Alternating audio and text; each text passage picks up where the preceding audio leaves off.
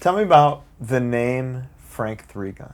Well, Integrity used to start a bunch of shit back in the day, as a lot of people know. They would carry guns sometimes, and they had some beef with Snapcase at the show. I think that Dwid said something on stage about them, and the singer for Snapcase had jumped up on stage, and it ended up being a standoff with those two.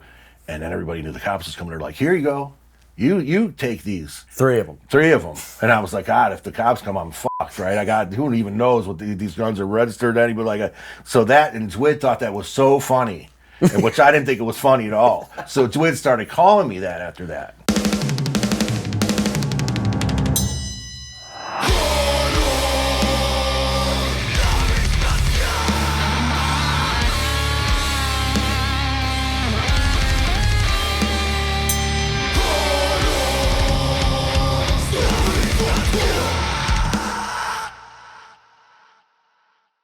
Hello, welcome. It's HardLore time. How you doing, Bo? I'm doing so good. It's so hot. Who do we got today? We are in sunny Orlando, Florida, even in January, and we have an unbelievably special guest today. Mm-hmm. This is one of our favorite guys, to put it frankly, and to put it simply, a mythical hardcore figure, some would call him, with one of the greatest band resumes in the history of our sport. Mm-hmm. From Cleveland, Ohio, now residing in Florida, representing the KISS Army and the KISS Navy. Some call him Frank Three Gun. Some call him Mr. DNA. Many call him Florida Frank. All know him as Frank Novinec. How you doing, Frank? I'm doing good. It's great to see you guys today. Great to see you. Yeah. Welcome. Thank you. I know we've been trying to make this happen for a while, and here we are. Years in person. Yeah, in person. We wanted to do it in person. You smell incredible. Oh, thank you. I and try. You always look good. Yeah, you look great. Tell me about your outfit. I rep Florida, even though I'm from Cleveland. I rep Florida. Except for football, right? What does Fury of 5 say? It's not where you're from, it's where you're at. It's where you're at. Right. Wow. Take respect. Anyways, the Rays. Yeah. We have some fans in the organization, actually, and they're here tonight, and they had me throw the first pitch out right before the stadium got blown apart by the hurricane. So that was pretty cool. So you're one of the last to ever do it? One of them. Yeah, I mean, they're repairing it now, but that was scary. Yeah, that was scary. Sure. When was that? The year before last. Okay. Was your home affected by it at all? Oh, I remember. No, I remember. Okay. No, because I'm clear across the other side of the state, so by the ocean. That was right after on the East Coast. That was right after we got off that tour. Yes, together. Yes. That's right. I remember. Being I knew about it for months. Yeah. And I should have practiced, because when I got up there, I was like, Jesus, that's far. And I didn't want to pull like a Fauci or an Obama and throw it to first base like they did. And sure. Of course, then again, you get all the YouTube views and all that. But Fauci killed that first toss, or what? No, he threw it to first base. He blew it? I think, yeah. Come on. How'd you do it? I got it across the plate. That's what I'm talking about. But I stood on the bottom of the mound. So. Okay. It's far. But hey, man, they were playing Hatebreed over the PA there. Pretty cool. You know what I mean, that was cool. Gave me my own suite. What did I tell you when you were going to tour with Hatebreed? I said Frank's going to find. I said you won't see Jamie. Wayne is very sweet. Matt's great. Frank is going to find you. Frank will come to you and bring you in. And pretty early on, you did come up to me one day and you were like, "Where the fuck you been? I thought you wanted to hear stories." And I did. Yeah, I got him. I'm down to hang. You know what I mean? So we had a good time on that tour. I love that tour. Congratulations on all your guys' endeavors. The success of the podcast is unbelievable. All the bands you're involved with. Thanks, man. It's great. HardLore, what a genius name. That was genius, by the way. Thank you. Trademarked now. I love that. Thank you. Very cool. Thank you. Yeah, it was a spur of the moment. It's like, well, we were doing this thing together. We need a name, Hardcore Lore. Yeah, it was real quick. It was very natural. It was very. Why the Broncos? It's a long story. When we got like an hour. Growing up in Cleveland, a lot of people were Steelers fans back in the day. My father was. And it was a big rivalry back before the Browns sucked. And, I was young, like 6, 7 years old. And I just liked, because my dad liked it. Yeah, the Steelers. Yeah. So they would send me to school with Steelers stuff on. And the kids would just destroy me and be like, what the hell is that? And I was like, why is everybody being a jerk? You know what I mean? So, I just hated Browns fans then because of that. Okay. Fast forward to 87, I'm older now. I'm thinking for myself as far as teams are concerned and all that. And Elway kind of screwed the Browns out of going to the Super Bowl, and I was like, that's my team. You guys are all miserable and made me miserable for years, and I've been riding with them since then. And it sucked because I jumped aboard when they lost 3 Super Bowls in a row. But Elway was such a cultural milestone, though. Elway's like my guy. Like Yeah. that. I mean, it was cool that Peyton showed up and got a ring and all that, but I'm definitely an Elway person. But they're looking good this season. I mean, Yeah. I got the fever, but I'm not a believer. He's good. I'm looking at that record and I'm like, how? Yeah. How do we pull that off? Yeah. And I know how. We played the Bengals without Burrow. We played the Texans without Stroud. We played KC without Mahomes. We played the Chargers without Herbert. We got our asses handed to us by Jacksonville at home. The wheels are going to fall off that soon. So Wow. Good. Well, you heard it here first. Yeah. Before they fall off. Should we? Yeah. Tell me about discovering music as a lad, as a young man. parents partied in the 70s, and mine were really into that. It was a terrible environment to grow up with, the stuff that went on at my house when I was young, you know? I mean, I tell people it, and they don't even believe it, but... Go on. Tell me more. The music was there. The music was there. My father, he worked in the foundry at the Ford plant, like a lot of... You know, Cleveland is a steel mill and Ford plant and Chevy plant, at least back then. And So these are was it just a guys lot of that drugs? just, they're drunk in the bar. Oh, yeah, drugs and just beat downs, you know, all that stuff. And just, you know, my mother and father were in jail or rehab so much that I was constantly at my neighbor's house or with my grandparents who, you know, because of all that, just I thought were the greatest people in the world. To this day, they are, just because that was that escapism for me. So, but the positive to come out of all that stuff was the music. You know, my father he had the Tower speakers and the awesome stereo, and they said I used to only when Smoke on the Water came out, and I was born in late '71, and that Deep Purple record, Machine Head, came out in '72, so it makes sense because I'm sure it was getting radio play all the time. And he's like, when Smoke on the Water came on, that song, you would get up and hold on to those Tower speakers and dance with shit in your diapers. And like, only probably day, 4 or 5 years later, like, I was digging through his records when he was at work and putting them on when I wasn't supposed to be, and looking at those record covers and playing the first Leonard Skinner record or Rolling Stones record or the Doobie Brothers or whatever it was.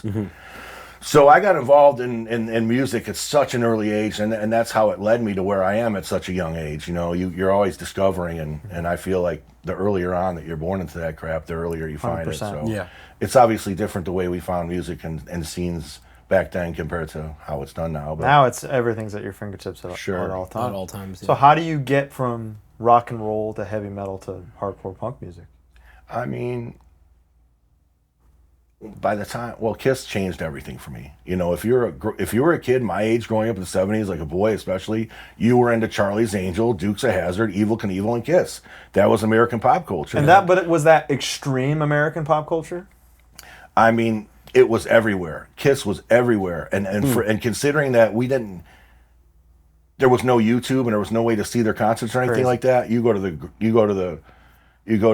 the delicatessen, and there's the cards on the counter when you're checking out. You go to a Gold Circle or Zehrs, which are like Walmart, but back then, there's all the toys there. There's the lunchboxes. There's the thermos. So they're everywhere. Wow. Everywhere. It's the biggest stuff ever. They're on the late night shows. You know, they had the movie that came out in '78. Yeah. When we were 7 when that came out, and it just was mind blowing to me because at that, you know, I got into them probably when I was 6, and I had the records my grandmother bought me, and I remember watching the movie as a kid, and we couldn't believe that they were moving. Because we only saw the record covers and that. And it was like, wow, they're moving and talking. It was just crazy. mind-blowing. As, like, to your point of everything being at your fingertips, now you can see anything immediately. And from that, you get into heavier things. You know, I started listening to heavier bands. I was into... that led me to like Wasp, and that led me to Motorhead, and then that led me to like Merciful Fate and Slayer and all that stuff. Bands that I was lucky enough to go see in the '80s, because I was into all that stuff before I was into punk and hardcore. I had some older brother, some friends that were older than me. They were like brothers to me, and they were into all that stuff. And the first show I ever went to that wasn't like in an arena or like that wasn't like a concert, it was a show. It was Venom, Slayer, Exodus. That's a crazy gig. At the Variety Theater in 1985, and I didn't know much about the bands at that point. I just went with them, and this stuff was new to me. You know, I would record college radio shows, and a lot of times they didn't tell you what the bands were, and you'd have to try to figure out what the hell. There was no internet, so it's Yeah, like, how who would was you- that band? Like, if they don't come back and say, okay, that was Creator, Riot of Violence, or Yeah. Motorhead, you know. Yeah. So it's like, I'm just really trying to dig and discover this stuff, and I couldn't believe it wasn't called moshing then. Yeah. I couldn't believe slam dancing. Slam I dance. couldn't believe it. So they were taking me to all these shows after that. Like, I'm trying to think of some of the ones that came through. Definitely Dark Angel and Possessed came through. Okay. So you're seeing the earliest death metal possible. Oh yeah. Megadeth and Overkill came through in '87. Voivod Creator came through in '86, and I just remember they were like, because I'm still friends with these guys, and they come to my shows now and stuff, and they're like, I can't believe that you stuck with this and you're playing. And they're like, do you remember that you were this annoying little kid, and you would be like, you would ask us, we'd tell you about these cool bands that we'd go to see, and all you would ask us, is there going to be slam dancing? Is there going to be stage diving? Because I just thought that was the coolest shit ever. That was all the makings of a young punk. Yeah. Sure. That's your And I was, way to age. and I know it's hard to believe, but I was a stick back then, and a young person. I would obviously get smashed in those mosh pits. So is moshing what kind of leads you to hardcore, like straight up hardcore music? skateboarding? Skateboarding. That does seem to be the one of the 80s big like ones. social lubricant. Yeah. You know what I mean? Skateboarding and hanging out with those kids. Yeah. What were the bands? It became agnostic front. I mean, I had long hair, and when I found out about, I had a Victim in Pain and Cause for Alarm. It was a split cassette. Sick. It's a real thing that they put out, and there went the hair. Yeah, my you hair was shaved- gone. I shaved was it like, off. this shit was just. There are very few bands had an effect on me, other than like Kiss, Slayer, Agnostic Front, Youth Today. Those bands, like, that's that stuff. I mean, and then What's your second favorite band? Kiss is my second favorite band. Who's your favorite band? Blue Oyster Cult. Oh. But they don't have the merch, right? I don't have a Blue Oyster Cult room in my house. Let's just say that. Yeah, true. I may have more than one Kiss room in my house. I know you. We'll get into that. Yeah, we'll get there. But so skateboarding. The skateboarding got me, and when I heard Group Sex, that was a game changer for me. Of course. And that led me into that world. And then I, started to go to local shows, and I tell people all the time, I was like, the local bands are so important when you're getting into this stuff, because they're the ones that make you realize that you can do this. Exactly. And they're the heroes. And you can ask Vogel, because he talks about Zero tolerance, tolerance, about how I would talk about Confront. So like those bands, when we went to those shows and found out about that stuff, it was like another dimension we went into. Tell me about those bands and those shows. Is it Confront? For me, the greatest Cleveland hardcore band's Confront. Wow. Because I saw it with my own eyes. And Yeah. it was just straight power. And I was like, what is this? These dudes are wearing rugbies. I couldn't wrap my head around it. You know what I mean? Yeah. Because I was into Agnostic Front and wearing combat boots and GBH and the Circle Jerks and Black Flag and wearing an army coat. And you know what I mean? I went to vocational school with all the bad kids, and they were into that shit. And then we went to this shit, and we're like, what is this? And then, when you realize, looking back, it's a subculture of a subculture of a subculture. Yeah. But it's the best one. It's the coolest one. It's great. It really was it was a game changer for me. And then it wasn't long after that I was playing in the band, and maybe 1 or 2 years Really? we were doing. How did that happen? When do you pick up the guitar? Well, I picked up the guitar long before that, and James, who is the singer for Ringworm, who a lot of you know is the Human Furnace, we graduated high school together. We've been friends since middle school. Was he a GG with you? No. Were you a GG? Why you be a GG? We're always with Gigi Allen. People are always like, "What are the bands that influenced Ringworm the most?" And I go, "Did you ever see that picture of Ray and Purcell and Gigi?" I was like, "There you go. That's the number one influences of Ringworm." Here it is. Because we were in all that stuff. Yeah. But he was more into. When I met him, he was more into like Violent Femmes and all that kind of stuff. Because he was hanging out with those kind of kids and skateboarding, and he's a talented fucking guy. Incredible. That guy. Yeah. I mean, he was a great skateboarder. He's a great artist. He's obviously a great singer. He's a great lyricist. Right. He even was great at baseball. Like he should have made the high school baseball team, but the coach was a prick and didn't want a skater on the team, so he cut him. Really? But he's a talented man. He was one of the first guys, and I won't get too far off topic, but he was one of the first guys where I saw Ringworm when I was still a teenager, and he was in the We're Not In This Alone, the white Youth Today shirt with the red X, and where I kind of went, oh, You can like all this. you can do all that. right. You can sound like that, but So you're that playing was- guitar, you're learning fucking Detroit Rock City and stuff. yeah. Kiss, pretty When I good was band young, to learn young. guitar to. Yeah, when I was young, but like, Ba, ba, you know, ba, when ba. James and I started playing in a band together, you know, I rubbed off with, you know, I rubbed my influences off on him with Death and bands like that, you know, The Accused, and we were kind of rolling together at that point. And Ringworm was just it was an answer to the stuff that we were into at the time. Like, it was heavily influenced by I always say there's similarities between the styles with I mean, to me, like, Hatebreed early on, to me, just if you listen to Satisfaction, it sounds like Agnostic Front Cross with Bolt Thrower. I mean, you can't sit there and tell me that Last Breath doesn't sound like Bolt Thrower. I mean, you know what I mean? It is really- Bolt Thrower. Right. So, For better, it and is. Ringworm was just that. I mean, I was really into the youth crew bands and New York hardcore and all that, but when that second wave came through, and they were doing Crossover and all that. Inside Out, Yeah. Into Another, Yeah. Quicksand, it just didn't do anything for me. And I understand that people want to evolve as musicians and all that stuff, but it wasn't pissed.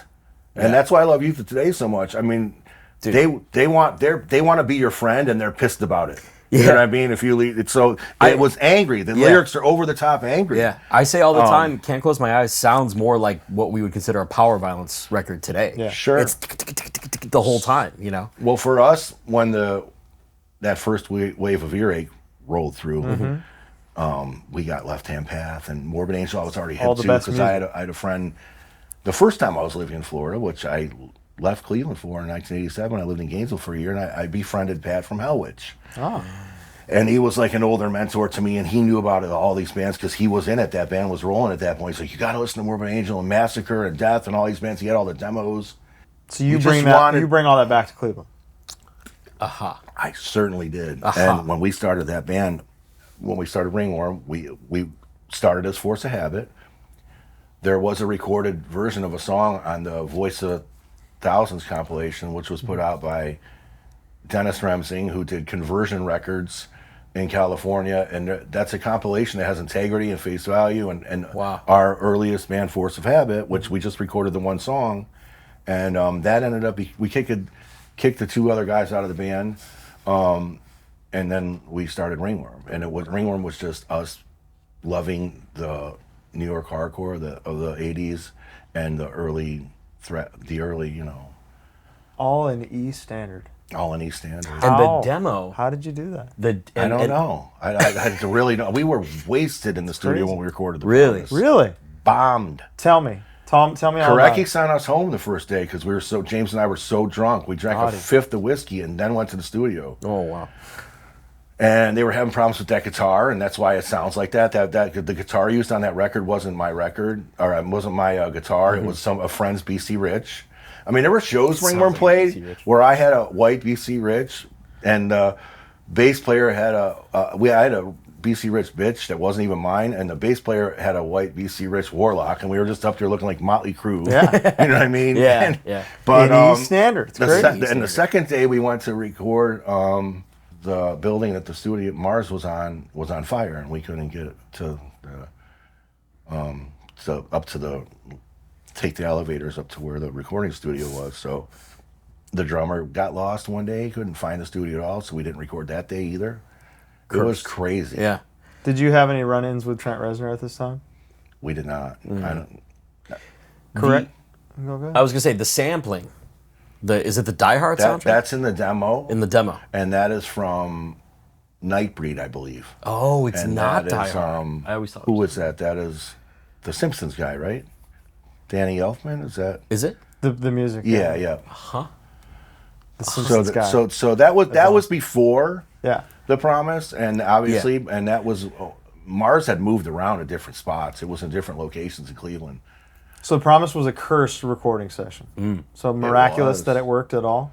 I mean, we could barely play back then. We were works. kids. It man. worked. That's why it's We so were magical. kids. The Promise may be the hardest music ever recorded in E standard. Tell me about writing it. You're so young. This is your first real band, right? Yeah, and we had a couple dudes in the band that were like our bass player was he's an old like LA punk lover guy, and he was like friends with Capitalist Casualties and that whole scene. So he bought into what we were doing right away. Chris he loved the fact that the music that we were playing, because if you listen to it, it's kind of infesty at times. If I dare. Yeah.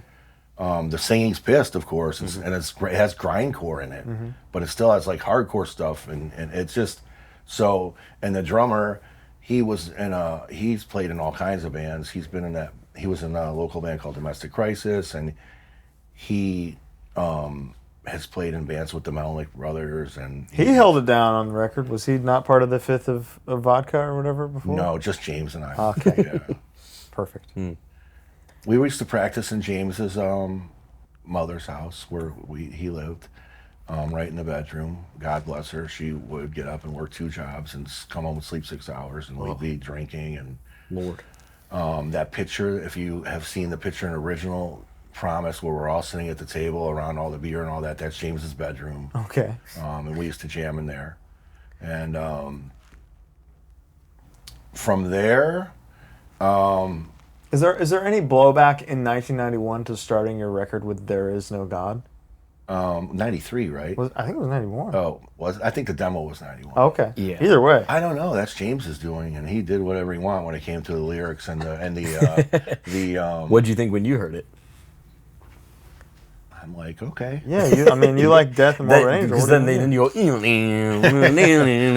The intro, funny Yes. enough, if you read the credits to the song, it says Stearns, Melnick, and Novinec, and that's because that intro is from the band Die Hard, which was Integrity before they were Integrity. So wow. And it was such a great. I thought it was so great. I always loved the band. I thought that Scott and Aaron wrote catchy stuff. That I was like, this needs to be brought to the masses. This is That's Die Hard? good, yeah. Wow. Straight up. Yeah. It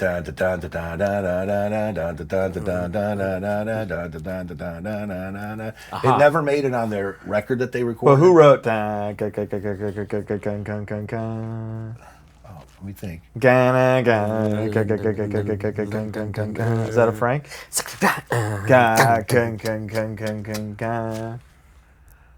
I think that might have been that. Their stuff. Die Hard, dude. The Melnicks did it again. Well, just Aaron. Aaron did it again. Unbelievable. One thing I admire about you when we were on tour is James and I would come and talk to you about whatever, and a song would come up, an Integrity song or whatever, just something from his arsenal, and he'd be like, "Oh, that's this," and he would show us. Isn't that the part. best? You would be like, "Oh, that's this Kiss riff backwards." I've been curious about that. We've all borrowed. So. We have to borrow. There's nothing. There's 12 notes. You know. Yeah. Yes, and it's also. I look at it as like, this is too good to not be, because sometimes the songs become bigger than the originals. You know, and it's like, yeah, there's a reason why that's awesome. 100%. And Kiss doesn't know that they're writing mosh parts sometimes. You know. I don't think anything I've ever written had been like a Kiss influence or like a. Why? I don't know. Let's do it. I think most of it was, old thrash and old hardcore stuff. Now here's what you do: you get some Kiss backwards, palm music. You know what Kiss backwards is, right? Sick. There you go. Get to work. I know, right? How do you feel about the Promise's lasting impact to this day? Like, were you proud of it at the time, and are you? How do you feel now that people just still love this? Did you know that I texted James a week ago and said, "The Promise should get a re-record." A re-record. Wow. Maybe with the guitar that's in tune. What do you guys think? Yeah. That could be The cool. drums are so good. Like there's I understand there's records that should never be messed with. Yeah. And I understand that there's bands that want to get out of contracts with labels or cut somebody out of the picture and all that. But come on, man. I think that could become better. Second tattoo I know a guy who could make it happen. ever got was Blind to Faith. That's insane. I got in trouble a lot in school. Yeah, I wore the With a There Is No Ringworm God shirt. that I was- got in trouble. That'll get you, man. So, thanks. Thank you, James. James, that's James. Thanks, James. James got you in trouble. Why did it take so long for another record to happen? Because I had left Ringworm to join Integrity. How did that? Integrity killed Ringworm for a little while. It did, I think. Really? Couldn't coexist. Ringworm didn't really do anything, and we were focused on that, and I put my energy into that, and it was great because we were all friends. If you look on the first Integrity record, on the inside it says we would like to add that we hate every band in Cleveland except Ringworm, and I just thought that was crazy because I was like, you're dissing people you've known your whole life. Yeah. We're some kids from the West Side that don't really mesh with people from the East Side, and we're like, these dudes like took us under their wing, you know what I mean? And like that was a big deal to me. So we had that relationship with them, even though our band kind of started 1 or 2 years after theirs did. We had that relationship with them, and we were always hanging out as friends sure. and just did everything together. You know, we had a scene together there, and so when it came time for me to join the band, it was great because I got to write. I got to write stuff for Integrity, and I was trusted. I mean, half the songs on Humanity is the Devil are mine. Half the songs on Seasons of the Size of Days are mine. Matter of fact, the first four out of 6 songs on Seasons of the Size of Days are mine. So that means Orbital Teleplastic Emanation is yours? I don't know what the name. He made weird names on that. No. Who's that? Aaron. Dude, hard pit. What Humanity is the Devil songs? Psychological Warfare. That's Yeah, okay. And, my that- favorite. That's a genre. what's the other Good one? job. That's literally a What's genre. the other one? Psychological Warfare and Averaxis Annihilation. Oh, dude. Oh, I've stolen that riff 50 times. Yeah, that riff was on a Nuclear Assault record before it was. Yeah. Okay. So thank you, Nuclear Assault and Ringworm. I've taken that riff more than once. Convicted I'll tell you stole what. that riff for sure. So you got to take it. Yeah, it's a rite that's of a good passage. riff. Let's see. Integrity. You joined around Systems Overload, right? Yeah, they were recording the record at that point. Did you but play I on it at all? No, I don't play on that record. Any gang box? I don't remember. Yeah, because he was. I remember. I'll never forget this. We had like a bunch of dudes in there. It just didn't sound good, and Twig was making fun of us in the callback, like through when he was like, "That's awful. You guys sound terrible." Like Jimson Isolation or something like that. And he's like, so we definitely did Gangbox on that. Okay. But, I don't play on it because I had just joined at that point, so they was already the written. recording's almost done. Was Integrity a big touring machine in the mid-90s? No, never. Neither of those bands were. I mean, we never did any tours. The only thing we did was go to Europe. And when we did go to Europe in '95, we took Ringworm. Ringworm hadn't played in a couple years, so we're like, let's just do Ringworm. Did you play?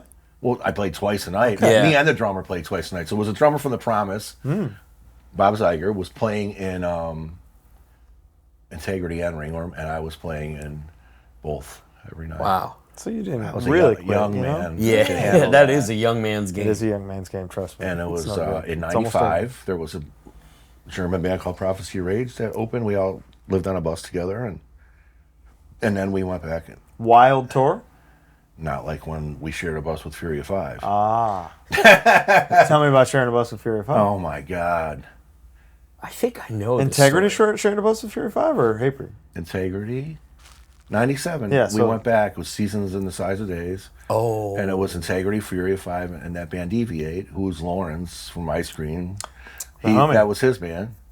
Shout And, out Lawrence. It was wild, man. This Like is one they're of on- my they're- one of my favorite days ever was when we played This Is Hardcore and Fury was on it, and Jimmy had the old guys back in the band now, and I hadn't seen them since that tour. Oh, And it wow. was so great to see them. They're all older.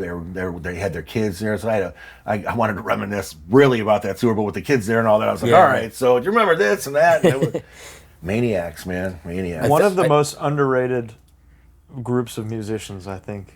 Yeah, Dude, they could all play. And the songs were incredible. I just love those dudes. They do their own thing, and they don't care what anybody thinks. Straight so. up. That's what it's all about. Shout out to Fury 5. Always. What were you going to say, Bo? You told us a story that we can't share, but I remember this tour. People got beat up. Cars got flipped upside down in the middle of the night. People would come get up and go to work in the morning, and their tires would be facing the sky. And just They don't do that. Big guys. bands on the bus got beat up. People got beat up. Like Hey, you know, you know, different times. stuff and wild. It was tough because it was 7 weeks. Oh, My God. Yeah. Yeah. so it added up. Any charges pressed ever? No. Okay, no, good. no. Statutes up. Don't worry about it. We're good. Tell me about the name Frank Three Gun. Tell me the story. God, I've been asked it so many times over the years, and I just started giving fake answers. Let's hear the real one. Well, Integrity used to start a bunch of shit back in the day, as a lot of people know. You know what I mean? Yeah, Well, yeah. I should say, a couple people in the band maybe, but there were times when they would carry guns on the road. There's shit that's going on. 100%. I've seen microphone cords get cut. I've seen people get shot at outside of Peabody's that were all involved in the show. Stuff. So they would carry guns sometimes, and they were going to Buffalo, and I was just riding along with them. And this was early on, and nobody really knew how I was, just because I wasn't in the band. So they had some beef with Snapcase at the show. I think that Dwid said something on stage about them, and the singer for Snapcase had jumped up on stage and been like, Tony's not here to defend himself, because he was saying something about Victory Records or something, and then it ended up being a standoff with those two, and then everybody knew the cops was coming. They're like, here you go, you take these. So then I had them all on me. Three of them. And I was like, God, if the cops come, I'm fucked, right? Who even knows what these guns are registered to anybody? So that, and Dwid thought that was so funny, and which I didn't think it was funny at all. So Dwid started calling me that after that. So you weren't even. I had always heard. The story I had always heard was that during the confrontation, you had them all in your waistband. I did. I had them all. I had we were. But it was like a yo. No, I didn't Quit show arguing. like that. Like we had to start. We had to remember the starter coats from back then. Yeah, of course. Nowadays, those are fucking hard. What team was it? What team were you wearing? Hornets. I think I had a black. Remember when teams changed their colors to black? Like when the Falcons changed their colors to black? I think I had like a black Falcons one. A lot of people were in the Raiders back then. Yeah. Or whatever. I couldn't bring myself to wear the orange Broncos, but I was like, that black is sharp. We were trying to look cool back then. Yeah. The Hornets one. Still was trying. Hornets one is still You're doing great. Oh, Hornets. The Bulls Shout out to them. one was Iconic. you couldn't go anywhere in Right, Chicago at right. that time. with us. So the three guns were you didn't ask for them. No. They were They're like, you're not in the band. People don't know who you are. You hold these. take these three guns. So if they come Frank. and identify people, then you can Say that just again. Yeah. skedaddle. Wow. That's what the story is from. So have you hated the name the whole time? I mean, whatever. You know it's people- still your name on Discogs? Yeah, I don't know. Whatever. I'm not. That's not who I am. No, no. I try to be friends with people. You know what I mean? So now especially we're old men, but I'm 55 this year. Congrats. Thank Mazel. you. So that means I get discounts, right? 100%. Yeah. It means I can live in a development that's a little cheaper, right? Dude, those are nice. But yeah, that's the story. I mean, I got sick Yeah. of getting asked about it, and I would say the most stupidest stuff. I was like, when I was a baby, I was firing off guns out of the window, and which would be normal at where I grew up Yeah. in my development, I believe my upbringing. But that's it. I'm sorry if I disappointed No, anybody. no, It's not that cool, I guess. I Right? No, think it's pretty after cool. talking to Dwid for 3 hours and like seeing the little fucker within him, Right. it really makes sense that he was like, "Hey, you're Frank Three Gun now." Oh, yeah, You know? that was him back then. I get a little disappointed when I see him sometimes because he's so normal. I'm like, will you start some trouble or something? Like, you know what I mean? Like, these guys were characters, man. These guys when we met all them, so and they're great. Shout out to Dwid. We speak all the time. So, Oh, good. Beautiful. And I watched the interview. It was great. Oh, thank you. And when I texted you, I said, like, Oh, yeah, Dwid that's your interview question. went great. Like, thanks for all this stuff. And you were like, well, I would hope it went great. They played a lot of songs I've written. They still. I get excited when I see Ring because we just played with Ringworm Revolution Calling, and I saw Integrity not so long ago. I don't think, but it's humbling to see the songs so much still in the set. You know? They're the hits. And they pop up. They're Yeah. the Super hits. cool. you know? Yeah, it's cool. So then you go back to Ringworm? Yeah, after the Ringworm, all of us had left Integrity at that point, except for Dwid, and I think we just had enough of the shenanigans at that point because it, and we weren't touring a lot, so it was a lot to be on a 7-week tour, and we just decided that we didn't want to do it anymore, and I was like, God, I just had so much fun, I don't want to quit this. I wonder if we can make a record that the guitars are in tune and it sounds like. Imagine. I mean, I love don't crucify me, but the second Cro-Mags record to me is better than the first one. Best wishes. We love it. We're So- big champions of it. Big. So I love the first record, don't get me wrong, but like I wanted to do something that was like the Ringworm Promise, but had a more of that metallic edge and more double bass and had a drummer that was like that. So I brought Chris along, who actually played on Humanity's the Devil and Seasons Inside States. Now he's not pictured in Humanity's the Devil, but it's because we recorded Humanity's the Devil with the Ringworm Promise drummer, and Korecki's like, this isn't the guy for this. Really? At all. Wow. This isn't Ringworm, it's not grindcore, it can't be sloppy, it's gotta be tight. And Bob's a great drummer for that kind of stuff. Yeah. There's no better guy for the job. But Bill wasn't having it, so, and all the pictures and stuff were taken at that point. We had to go redo the record. So Bill made the call? Yeah, pretty much. And Holy said shit. this isn't An engineer said, And- this guy's out of your band. You got to need a new guy. Yeah, I mean, and we redid it with Chris, and he's not pictured. Bob is, if you look at the pictures, were for Humanity's the Devil. So he was like my guy. And so when he was in Integrity at the time that we all left the band. So I brought him with Ringworm, and we had Got to work. He came up another with lineup. We had Matt. We had Matt from Chimera in the band for a while. Matt DeVries was in the band for a while. And then Matt Sorg, who actually ended up being like the guy in the band after I had left big time. and joined Terror. So we were rolling with that for a while, and we did obviously Bertha's Pain, and then what was after that? Justice, baby. It was? Yeah. Oh, yeah. Let's talk about Bertha's Pain, writing it. Well, for real quick. Yeah. Right before that is the split with Terror, with House of Pain or House of Hell on it, and that's my favorite Ringworm song. I think, specifically that version. It was like hardcore was changing for what we wanted to do. We were always trying to be like kind of what the current bands were doing, but still like if you listen to House of the Hell, you know what that is? It's Dead at Birth by fucking Death Threat. It is. That's like the same year, too. Wow. And, Right? Wow. But then it goes. right. So you're taking inspo from your contemporaries? Peers. from our friends. That's who, cool. And CJ wrote a song on that record. CJ from Death Threat wrote a song On Bertha's Pain?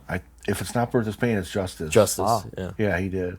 And Sean Martin sings backups on that record. Yes, he does. Really? I didn't know that. The Martin Sheen. It's all a blur It to rubs me, off but on Bertha's Pain, those songs, they came to me so easy. Writing those songs was so easy. I look back on the production, and I kind of kicked myself in the ass because I had a lot to do with the production. I think I get the production credit on it. It's there, but it's not. It's a little hollow, but like, God, I was like, little hollow. I see what you did there. But I thought that we could have, looking back on it now, it just doesn't slam like it should. And it's a shame because to me the songs on that record are fire. The songs are amazing. The production's amazing. Okay. I think for the time. For the time, it's unbelievable. Yeah. And things are so clean and crisp and perfect now that imperfection stands out and is what lasts. Did you write the title track song, Bertha's Pain? God damn. Oh yeah, yeah. What a breakdown. I'll be playing that later. After He played that weeks ago. weeks ago. Not with my band. So, does Ringworm touring after Bertha's Pain much? So We were doing some shows, but we never really got out west ever. And You played Chicago a lot. yeah, That was like we a were thing. trying. We were trying there. You know, we were on Victory. Jamie was the guy, man. There's nobody that's helped my career out more than him ever. And he was behind the scenes booking shows for us. Go here and play with All Out War and Sworn Enemy. You're here Saturday? All right, go play here. We didn't have an agent. Jamie was doing the stuff for us. Justin. Yeah, and he put out the split with Coldest Life on Stillborn, if you remember. Right. And, I mean, those Jamie and Sean were two of my best friends because if you go back to Integrity, we did the split with Integrity Hatebreed split. Yeah. Like the kids bring that to the meet and greet and they have us sign it. And I always flip it over, and it's the picture in the back is me jumping in there with the Nike Vandals on, but it's Integrity, and Jamie doing this. And I always ask the kids, I go, "Do you know who that is?" And they're like, "No, who is that?" They never even know. I go, "That's me." I go, "Integrity is my old band." Like most of them don't even know. So we've had that You go, relationship. yes, destroy everything. Pretty much, but we've had that relationship with them since back then. I mean, Wow. he was calling us, I remember all the time, and like, we want to do a split with you guys. We want you to come to Connecticut and play. Can we get a Cleveland show and all that? We had Hustler. that relation. Yes, we had a relationship since back then. So, So was he trying to poach you right away? no, Okay. no, not That at all. came later. Not at all. We just became boys. Like the first Yeah. time Sean always talks about the first time that he and I hung out. It was when they were on tour with Motorhead and Dropkick Murphys. He's like, "Do you remember the first time we hung out? You came to the show, you were bombed. You had like a Pit Boss 2000 coat on. We were back." You were like, I would remember that too. yeah, he's like, we were backstage and you were just showed up wasted and you just had weed and we were smoking it right probably where we shouldn't have been. And he's like, you were like, we were just like backstage at like the Odeon in Cleveland and you're like, "Hey, I'll be right back. I got to piss." And then you just turned around and pissed all over the place. And then you're like, "All right." And that's Sean's shit. Sean was saying like, "Yo, this dude rule." And we've been friends for like, I mean, he was pretty sole responsible for me for getting the Hatebreed. Him and Jamie. Mm-hmm. You know, I knew Matt and Chris, but they were the ones that were. That makes sense. They just needed a kindred spirit they could hang out with. Right. But before then, And actually, we need to go back in time a little bit because we forgot something Let's that do I'd be it. very remiss. Tell me. Integrity played Warped Tour. Yes, in '95. And there is one of the most iconic pics of all time where you're playing a blue studio, Yes. blue Les Paul, Yep. and you're all jumping. You're posy topped out of your mind. Yeah. I look like Larry Bird or something, right? Oh yeah.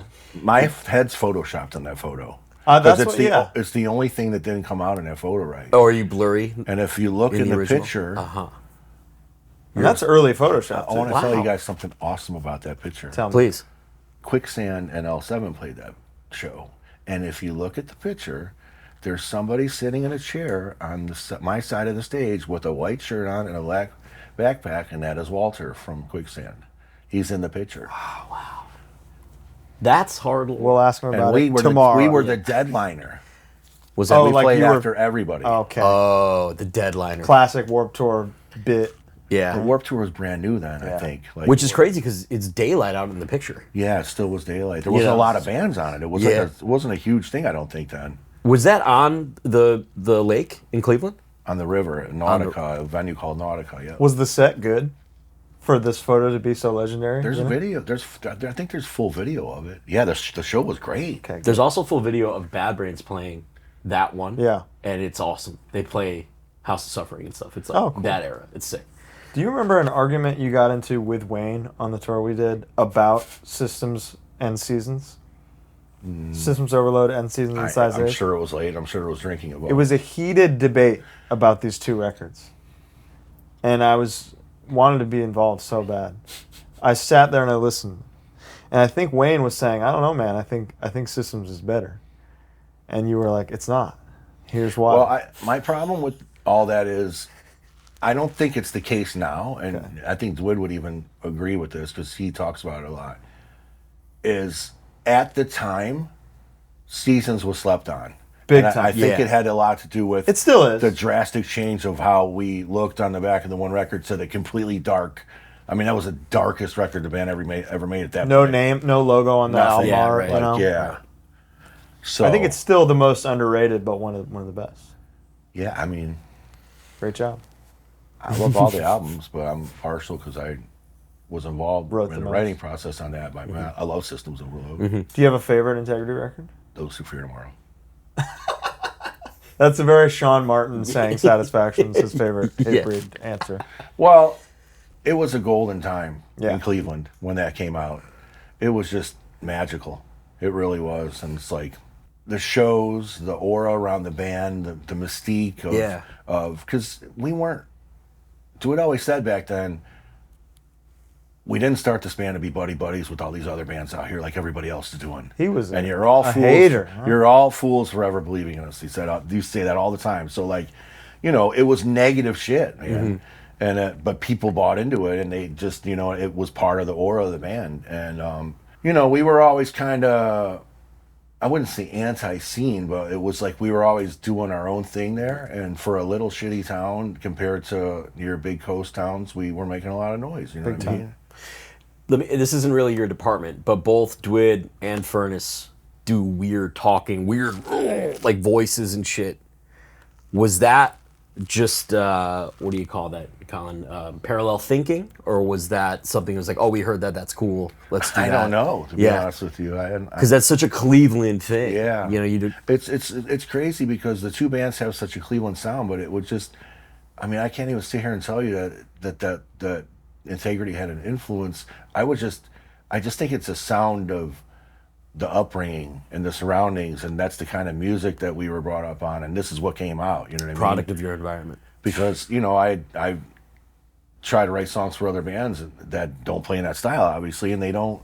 It's got the Cleveland trademark over it. It doesn't really work. You know what I mean? So. Pardon this interruption. You know, as always, we hate to interrupt this for even a second, but a minute will do, because we got to talk to you about something very important. We really do. One of our favorite things in the world is merchandise, specifically vintage merchandise. That's right. Whether it's Ringworm or Integrity or Hatebreed, maybe even Terror, depending on who you ask and who this week's guest is, you can find all that and more at Mills Vintage. That's right, baby. You guys, you saw the Speed episode. You saw the Chappelle Lacey episode. We went to Varsity in Los Angeles.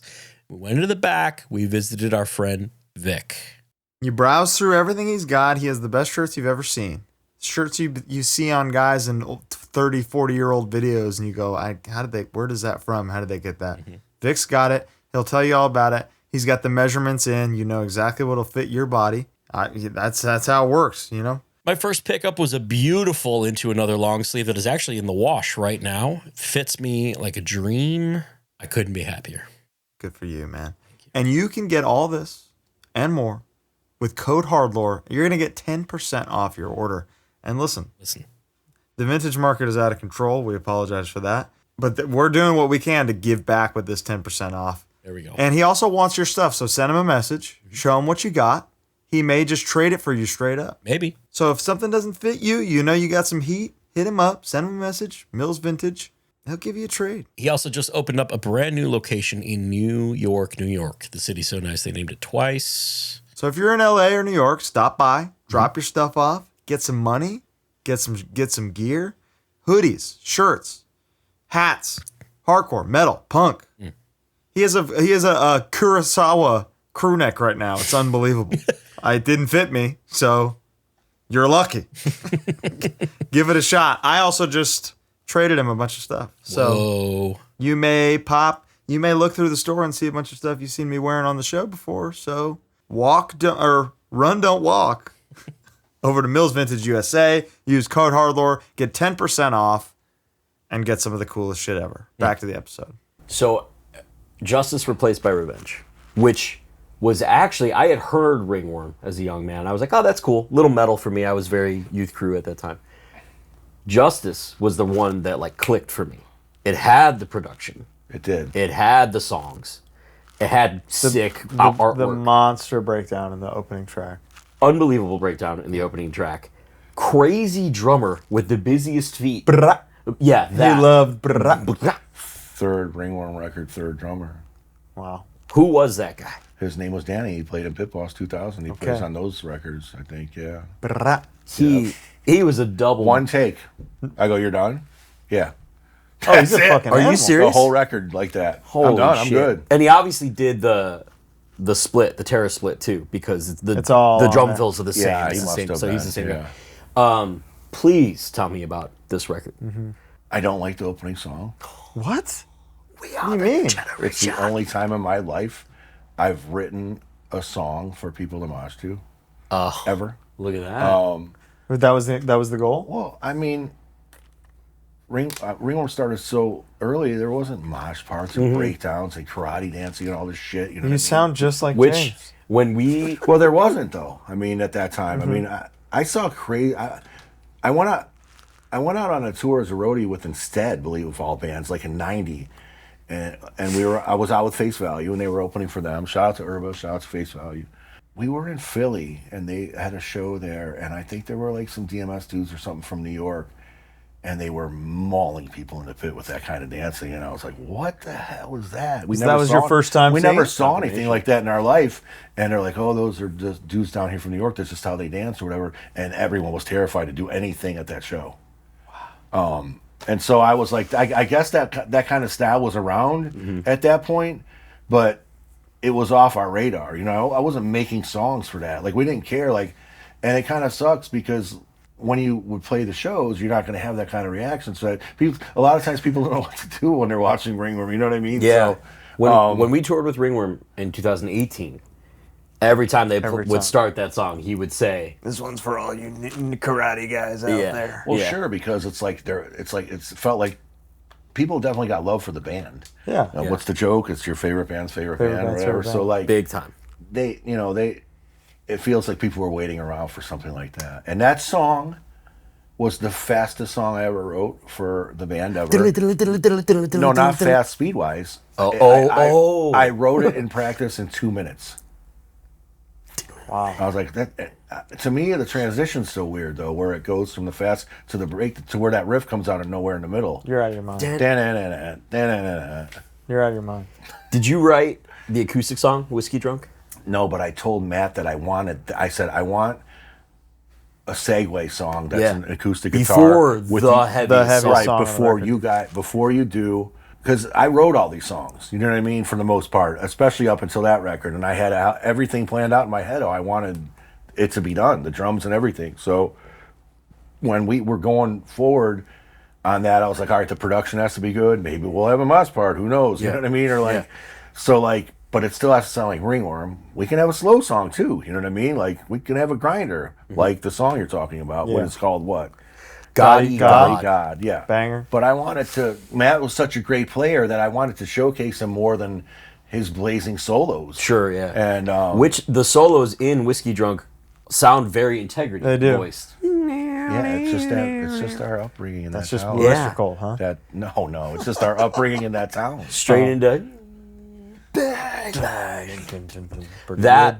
that blew my little like 18-year-old brain to pieces, to smithereens. I couldn't believe that song. You're too kind. It's just fact. Just honest. It is what it is.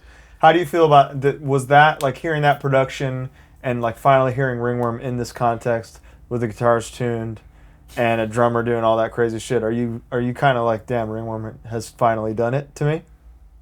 I just was like, this is a complete album. Yeah. And I hate the first song. And it's all good. People love the song, so that's all that matters. But I just wish the other records had that kind of polish. Yeah, on them, sure. You know what I mean, they had the balls. You're like shaking your head. No. listen, You're like, no. they're yours. They're yours. So what am I right. going to say? But I'm so glad they don't. I will say too, objectively, this record was like a rebirth of the band. Big time. Because I'm young, I want to hear production at that time. I was looking for that, you know? And it hit perfect. So Frank, between Birth is Pain and Justice, you joined a little band called Terror. Tell That me was about between those times? It was. Okay. Because were you involved with one with the Underdogs at all? No. Nothing? I don't think so, no. Justice is 2005. Did you join Terror after 2005? Yeah, they were tracking already, I think. I think Scott... Well, yeah, One Were the Underdogs was 2004. So Oh. when did you join Terror? I don't remember. 2003? 2000. So yeah, that was I played at the between- Whiskey with them. I think my first show with them was at the Whiskey. I think, who was in the band? Todd, right? Yeah. Yeah, Todd. Yeah. And I think my first show with them was at the Whiskey. It was 2003 2004. How did you join Terror? How did that happen? So, Scott's one of my best friends since we're young. We used to, Buffalo and Cleveland are 3 hours apart only, and we would see each other in Erie, which is directly in between the two, or he would come to shows in Cleveland. I would be at shows in Buffalo, and he just he was such a great dude, and he was into this stuff like I was, and, we saw each other all the time, and we were friends, and, we hit it off right out of the gate, and he was like my guy up in Buffalo, and we've been we were friends through all that time. So he said they were looking for somebody to be in the band, and he asked me.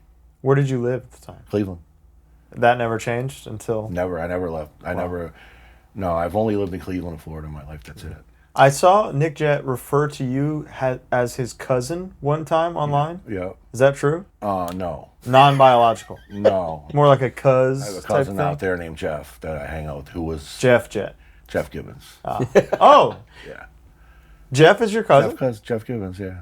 What the fuck? Yeah. That's Isn't that crazy. wild? So he was okay, cousin by But association. Nick was my guy. We were good. Listen, I had Jeff so much. is your cousin for real? Yeah, Oh, listen, wow. I had so much fun. Wings Beer Sports. Right. Oh. I had so much fun with Nick when I was out there because I would stay at his parents' house in the valley in Granada Hills. Legendary house. So like Slept he was there. stuck with me all the time, and we would be out goofing off all the time. You know, we'd be doing our thing and hanging out with Dre and these dudes and Martine and all that. Like I had a blast hanging out with these dudes. I really did. How long were you in Terror? A couple years. That's it. So Vogel asked you. He's remained your beer tech to this day. Nobody does it better. Like What does the he do? Like the DOC. Just He just always stands ready. on He's the like side. Stone Cold's timekeeper. No, yeah, for you? pretty much. Like he knows the parts in the songs where I can drink and where I don't play or what I'm one string in it. So It's pretty awesome. it's just It's he's a kind of sight out to of that see. game now, though. So it's not as fun when he's not doing it. But Did you write any music with Terror? I wrote a bunch of songs, but they never ended up using them. None of They were really? too no. Interesting. Those songs. Show, We might have to cut this and take them songs. Tell me about these songs. Those songs are on the Ice Pick record. Oh, Those songs are on. What's the Ringworm record after that? Venomous Grand Venomous Design. Grand I have Design. 2 songs on that record. I know. And that's one of them. Whoa. Really? Written for Terror? Some of the riffs in that song from there, yeah. Is one of them Suicidal Visions? I don't know the names of the songs. Dude, now that you say that, there's a song, I think it's on Venomous Grand Design, where the breakdown goes da da da da da da da da. Was that you? It sounds like Terror. Yeah, I wrote that. And that is me ripping off the band Tad from Who Seattle. the fuck is Tad? They're one of the best grunge bands from all time. Tad? Tad from Seattle. Really? TAD. The singer is 400-pound guy. Like Oh, thank God. you gotta you listen have to to them. be. They're great. Tad. Tad. They have a record called Inhaler that is just heavy as shit you ever heard. Really? All It's right. gnarly. I can't believe you wrote that song for Terror, but now this part makes so much Well, sense. I don't know if that part was in that song, but You wrote that. it might have been. But they didn't use them. What Yeah. Ice Pick song? That riff, that riff is on. These morons didn't even converse with each other or me, and the riff is on both the records. It's on the Ringworm record and it's on the Ice Pick record. Perfect. So Perfect. isn't that funny? Yeah. So That's happened before, though. You know? Yeah. no, that's cool. Some 41, no warning type thing. That's cool. Same thing. So then, as told by Scott, you got the call. The violence at those shows back then, people would leave on stretchers, and like people would just people would get beat down every show. Like we played, I remember the booking agent calling every day. What happened last night? What happened last night? What happened last night? And how did you feel about that at the time? I just was part of it. I was a part. Yeah. I wasn't the fighting. Right. Yeah. But when it's your friends that are on the guest Yeah, list yeah, that are yeah. doing this shit, or maybe even the bands that you have opening the shows doing this stuff, it was crazy 2 years, man. Yeah. There was wild stuff, and we were touring all over the place. But I didn't have my shit together for them. I didn't. And I love Scott to death. I'll jump in front of a train for that motherfucker. I would. I love him to death, and he knows that. But I feel like it was a wake-up call for me to be like, all right, you're trying to do this shit for real? Like, I almost missed the very first show because I was out being a moron all night. You know, they were flying from Japan. They were on tour with Hatebreed. We were on tour with Hatebreed. Ringworm did the first week, and Terror was showing up and doing the next 3 weeks and taking their place. And I was supposed to get on the Hatebreed bus because I was riding on it anyway. Mm-hmm. And go to Ottawa, and I wasn't in Ottawa. I stayed in Montreal, and I was wasted. And they were flying from Japan, so they're shot. This dude's like, let's get this dude in the band. And next thing you know, Jamie's calling him, going, Frank's not with us. You better figure out what the fuck's going on. He's like, yeah, that's really funny to do to me. He's like, I'm serious. So he had to like call kids Like in Ottawa Montreal hardcore kids. and have them drive me to Ottawa to the show. So already out of the gate. Yeah. And he was just screaming at my ass. I remember, and I was like, it just wasn't. And he rightfully should have been. Yeah, you know what I sure, mean? Like sure. I missed the whole European tour. They had to go over there as a 4-piece. And you're talking about all these. How did you do that? I had passport issue. And then I had an incident where obviously this is my fault, but my son got really sick with pneumonia. Yeah. We didn't know if he was going to make it or not. Holy hell. And I missed shows then. So like, and this is a 2-year window. Sure, I'm completely dragging the band down, I felt at that point. We had a lot of fun. I thought it was great. I love those dudes. I love the opportunity. I love Nick. I got to meet Carl. I got to meet so many cool people in California. And people, lifelong friends. But at the end, these dudes, for years, were talking about me being in Hatebreed. For years, way before I was in Terror. Yeah. Sean used to say all the time, I'm going to get you in this band. I'm going to get you in this band. And I was ready to go back to regular work, to be honest with you. Wow. And I was like, these dudes were calling, like, all right, you ready to be in the band now? And they didn't have any. They were a 5-piece with Boulder, and then they were a 4-piece, obviously. They were a 4-piece Sean on forever. For a long They time. were a 4-piece on Rise of Brutality, and they wanted to add another guitar player for Supremacy. And there was no auditions or nobody. So, but what's the dynamic like in Hatebreed right away when you join? Are you like, I gotta not do all that, Right. or is it party? I was shook. Okay. Because this is like Level up. leveling up. They're about to be on main stage Ozfest. Yeah. Not the side stage. Yeah. Like, we're sandwiched in between fucking Lacuna Coil and Disturbed. Or Avenged.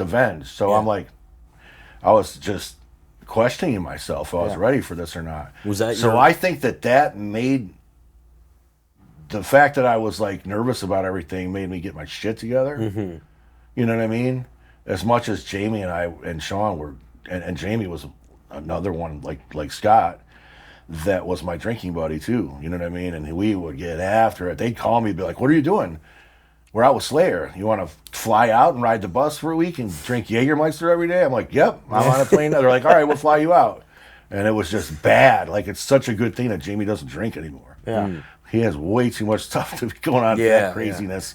Was that your first tour with Hatebreed? Ozfest? No, I think we went to Europe. We had shows with Korn right out of the gate and all that. My first show with Hatebreed, though, they wanted a warm-up show to break me in, and we played at the LNG in Connecticut. Nice. So- Local gig. CT hero now. You know By what's funny association. about that is I remember about the show, like Wayne, who is like the man. Yeah. And Wayne's a fucking great player, and he's an original member of the band. Taught Sean And he- how to palm mute. And listen, he was right in front of me, critiquing the shit out of me the whole time, making it worse. I was like, this fucking guy, because I knew he could play. I knew who he was. And I'm like, yeah, he's down there critiquing this. Got the going, under the knife guy standing in I front of you. know. What's the dynamic in the band like today? As far as what? Yeah, I mean, 20 years in Hatebreed. It's just fun. We just have fun now because we don't tour as much as we used to. I'm excited when we see the guys. Yeah. You know, when we see each other and we just joke and have a good time. You know what I mean?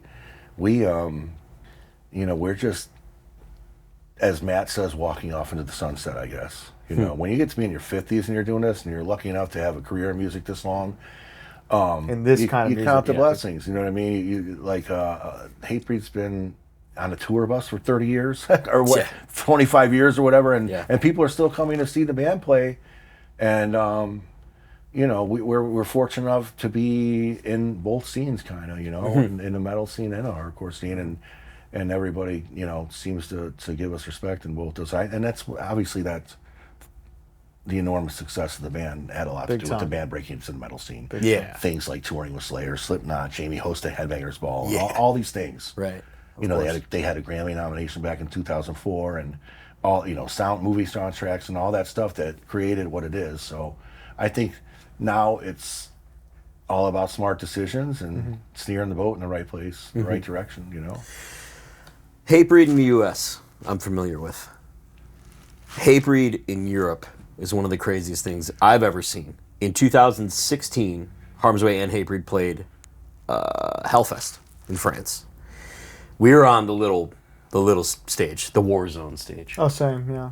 Hatebreed was main stage at like 3:30 in the afternoon, and I was on your side. We got on stage and we just watched you guys play to the biggest world. crowd I've ever seen from that point of view.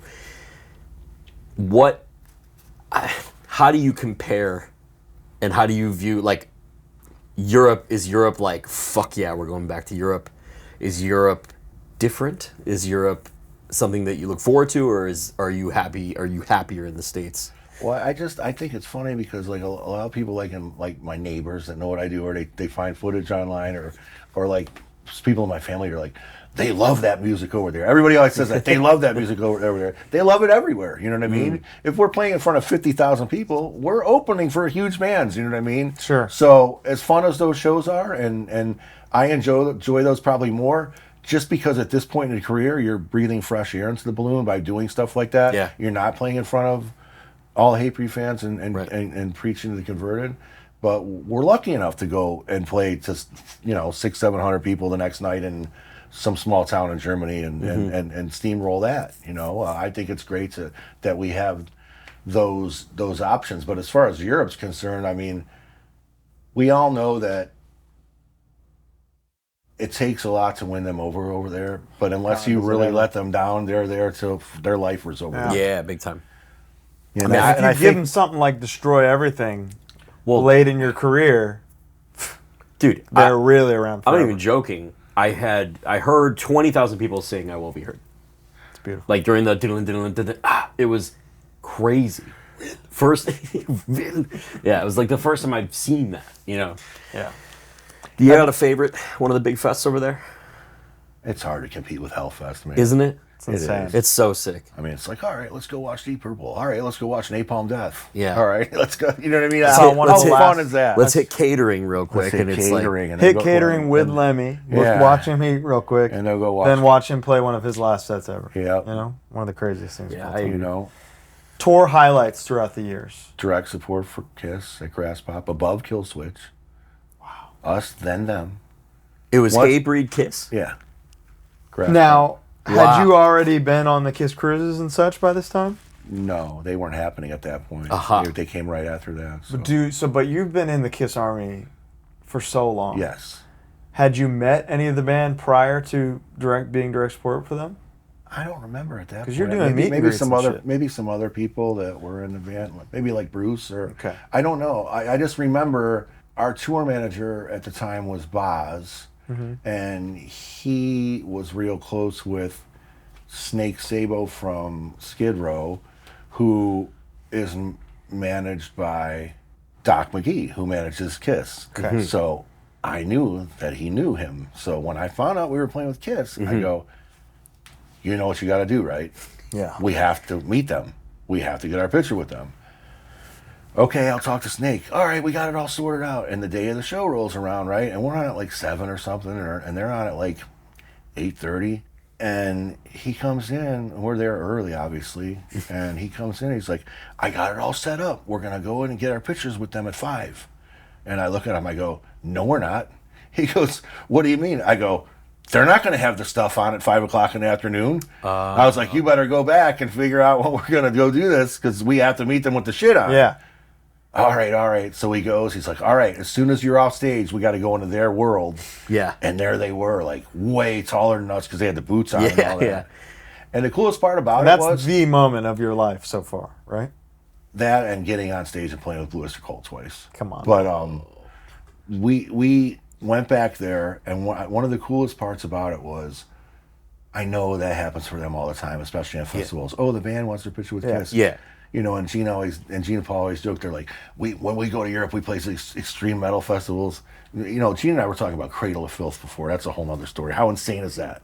What? But they always say stuff like that. They're always like, when we go play with, you know, Gorguts or whatever, they're always like, oh, we play Kiss with, knows Gorguts? They're like, we play with these death metal bands over there, and everybody's got their death metal paint on, and they're in all their spikes, and then next thing you know, we're headlining, and they're out there singing "I Was Made Yeah, for Loving dude. You." That's their joke that they make. 100%. So the point I was Bill Steers out there crying. Exactly. Watching Kiss. So the point I was trying to make was I'm sure they meet all these bands that maybe that's not their favorite band or just all these people, but I had a Paul Stanley tattoo at the time, and it was before I had the other three. And it was cool to go back there and have him sign my arm and show him that and be like, all right. No, I'm real. Like, I'm real. Yeah. I'm real. So when you're on the Kiss Navy cruises after this and all that, Yep. or is it a dynamic where they're like, "Hey Frank, good to see you, man." I actually had a picture. We have that classic picture of us together. It's Kiss and Hatebreed from the show. And another thing that happened that night was their manager, Bill Aucoin, that made them big in the 70s, he was dying that night. And we were both playing that show at Grass Pop back home. Now, he wasn't managing the band anymore, but lifelong friend, dying. And so we could tell, we're like, man, they are really like, it's somber back there. We're like, something's up. Like they're getting ready to go kill it. And they were like, Fuck. and it wasn't just like, oh, we're too good for you guys. You could tell something was up with those, the whole gist of it and all that. And that was their last show in Europe, and that was our last show in Europe. So we were going home. They were going to the funeral and all that, and dealing with all that. And when I had met Gene years later, I had that picture. And I said, this is when we were direct support for you at Grass Pop Festival. When was this, he says. And I said the year, whatever. I go, I don't want to bring anything bad up, but I was like, this was your last show, and it was the night that Bill Aucoin died. Glasses come down, and he looks dead eye at me and goes, it's a shame about Bill. He was scared of doctors, and he didn't want to go see them, and he probably could have lived a lot longer. But I was like, whoa! It was like a real ass moment, and I was like, this dude's because he's always joking around. Yeah. He's like me. He walks around and punches people in the dick and does shit like that.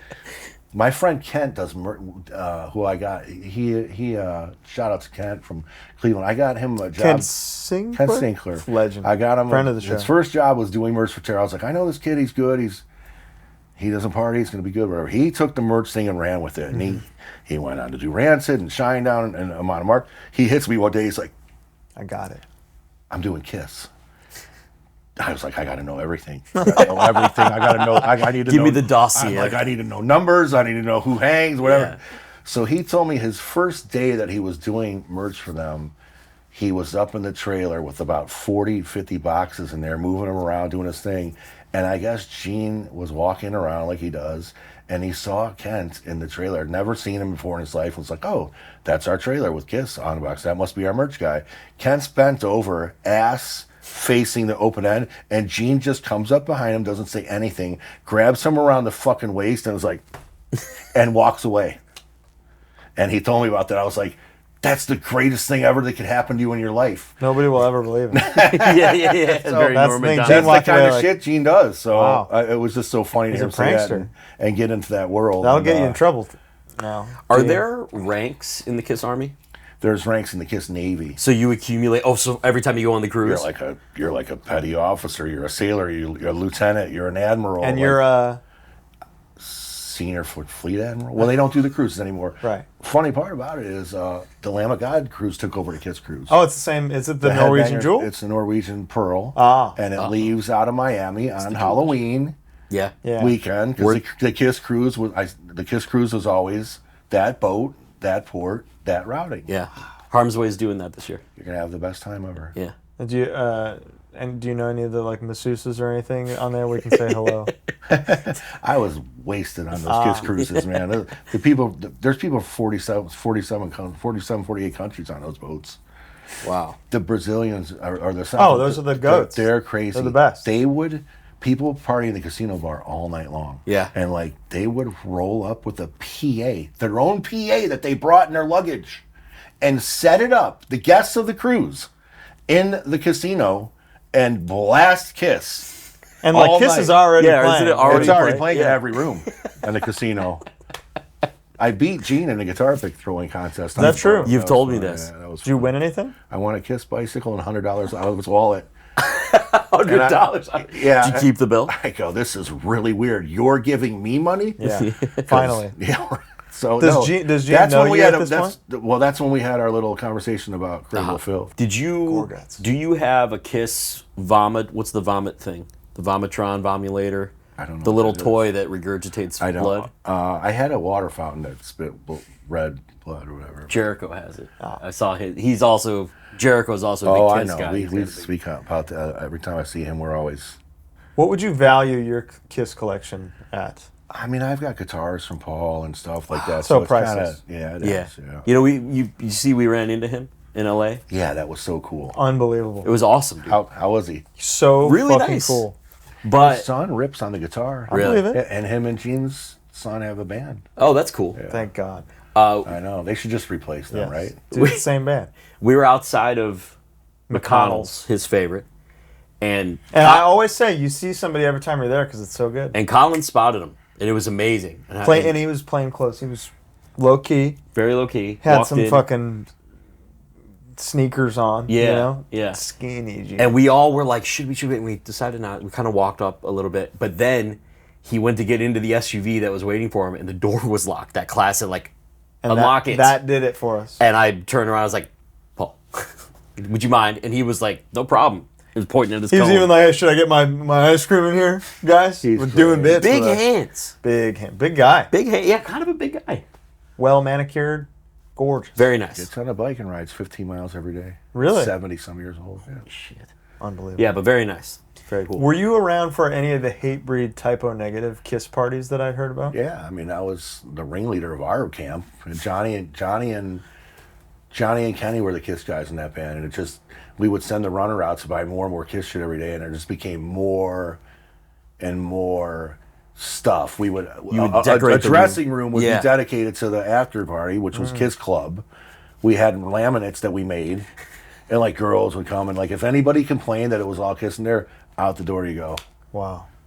What I had heard from Sean was that they walked in on Typo listening to Kiss, and Typo's vibe was kind of like, you motherfuckers don't know shit about Kiss. But you were like, In the beginning, yeah, Excuse it was. me. Kenny, I'm the guy. Yeah, I remember Kenny going, "You know this song?" with his accent. It was great. That was a lot of fun.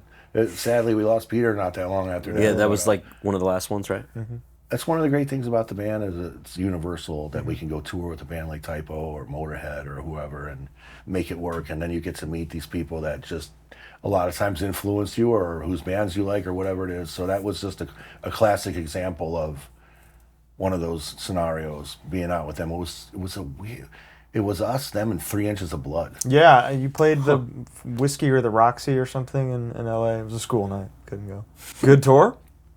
Yeah, just Peter was on like an oxygen Peter tank was- on the tour. He, right? he was rough, huh? Peter was, yeah, he wasn't looking too good then, you know. And that was 3 years before or something. We would play before them, and a lot of their fans would stick around, and the Kenny and Johnny would play games. Like one night we're playing on stage, and Chris is playing his bass. And if you know Chris, like, this isn't something that you should do to him probably, but Kenny would get drunk every night on Jack, and then I look over, and Kenny's on his back while we're playing the show and got him around his neck like this, and Chris is trying to play and loses his balance, and he falls down on his back, and Kenny's underneath him. And BD's staring up at the sky with his bass with Kenny underneath him. Well, it's like, what is going on over here? And then like, And Kavidi is a big guy. right, and Kenny would come out with the Gene Simmons like the life size cutout, and he would stand up on Jamie's Eagle Riser and jump feet first with his motorcycle boots over the barricade into the crowd with it. I mean, this is the kind of shit these dudes were doing when we were playing. Johnny would Damn, go dude. by in like an office chair, like on wheels, going, and then he would come back from the other side. Like, these dudes were into shenanigans like that Every night they were just getting you. most nights. Post Some Kiss. nights. Post Kiss discovery. Jamie's got great stories about Kenny because I think Kenny filled in for Kingdom of Sorrow before, so He did. I saw that. He had to live on a bus. I with tried him. to mosh. I wasn't allowed. Where was the that at? metalhead stopped me. Oh, wow. With Roxy, Key Club, one of these fucking places. Kingdom of Sorrow is moshable, no? Big time. But, you know, like I was a teenager. Yeah, Sure. Small guy amongst a sea of big, bald men. What are you going to do? Disney Frank. Oh. What about him? Tell me all about him. How did this love come to be? It's really just Disney World. I mean, How do you feel about Land? Land's cool. Land's but cool. California it's the Adventure? OG, right? Come on. But I'm not a big park guy. I'm a resort guy. Oh. Like, the parks are cool. What do you mean? The resorts. It's Disney resorts. I don't know about those. What's the There's best one? 25 on property where I live. holy shit. Because Disney World in Florida is bigger than the city of San Francisco. Right, because it was a fucking swamp before they Yeah, got it, yeah, they right? built it. What's the best So resort? I belong to this thing called Disney Vacation Club where I have this timeshare with that, and the resorts are like 5-star, and You hang there. You can take a boat to the parks, a skylift to the parks. I thought you were the park guy. I thought Parks you are were going- fine. I like the parks. Don't get me wrong. I love it all. But like, I'm resorts then parks for sure. So there's a new Hatebreed promo picture where Jonathan, is that his name? Who's the guy? The new guy. Oh, Matt was filling in for the Matt. band. Yeah. He's wearing an Epcot shirt in the Hatebreed promo Yeah, picture. he's a big Disney nerd too. He's a podcast all day. He's really nerdy. Wow. That got me. Yeah. In my mind, you gave him that. He's a sicko. And Welcome to the band, kid. I have my own drinking team at Epcot. Like Okay. we've been doing this since 2010. We've done this over 100 times because if you go to Epcot, there's countries in the back. Yeah, and that thing's awesome. So we Never drink been. around the world. Dude. We drink around the world, and we have shirts where you check off every country when you go. It's a blast. Wow. So when people talk about Disney adults, they're like, "Oh, that's really weird that you'd be hanging out with like somebody in a costume," or like they think about me on like It's a Small World or something. I was like, "Dude, we're driving boats around, getting wasted. Like I don't know anything about what you're talking about. I'm not wearing ears. I'm not like Yeah. All the people in the countries like speak the language of the they're place. from Oh, they're okay. from From the, there. they're from the country. Yeah, I got this all authentic. wrong. I thought you were like sick at Buzz Lightyear Astro Blaster and just like a. I like the parks, but at my age, I'm truly an old Florida person. I just like to walk around and enjoy the beauty of the parks rather than be going upside down 20 times. You know what Sure. I mean? Are you like? I'm a Tower of Terror guy. yeah. Okay, That's a good gotta one. be. I'm a Twilight Zone dude. Are you a Sharks versus Jets kind of personality when it comes to Universal, or do you double dip? The enemy? Yeah. I don't fuck with them. That answers my question. Those folks across town? The enemy is crazy. Are there Hatebreed songs?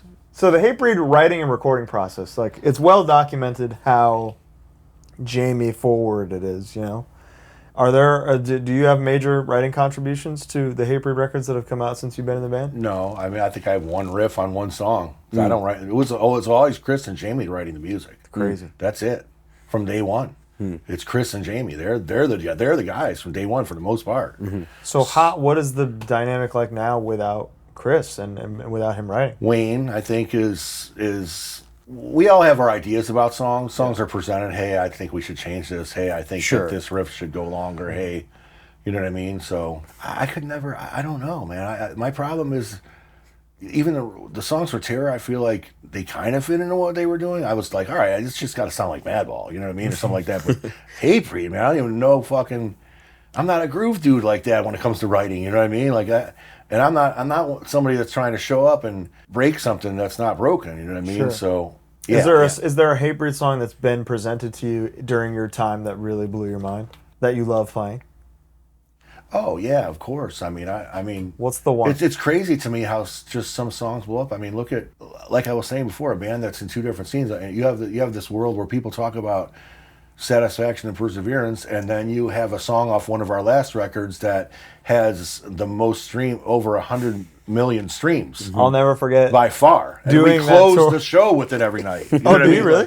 Is that Looking down the barrel today. Yeah. so that what it became your most streamed song while we were on tour together? Oh, okay. So Didn't even on the know tour, that. he started saying, "This is our most streamed song." Every night he said this, Oh, okay. and the place I wasn't paying exploded. attention. Ah. That's a good one. My favorite, you started with Supremacy Onward, is when Yeah. you started in the band. The song Spitting Venom. Yeah, that's a Oh great my one. God. I love that song. That's a great album. That's a great album. That album's a great blend of Hatebreed beyond that and Hatebreed before that. I agree. Because it's got the dynamic of the stuff before it, but it has that metallic edge, and it also brought us one of the biggest songs of the career, Destroy Everything. That's Yeah, big right. time. And my that's- favorite Hatebreed songs on that record, To the Threshold. I never get sick of playing that song. That song's awesome. To the threshold. Was that one Grammy nominated too? Am I crazy? That was. I know Live for This was. No, Live for This, I think. But was To the Threshold had a video that really popped off. Yeah, it Oh, did, yeah, Yeah, it was real pro. That's right. How do you feel about music videos?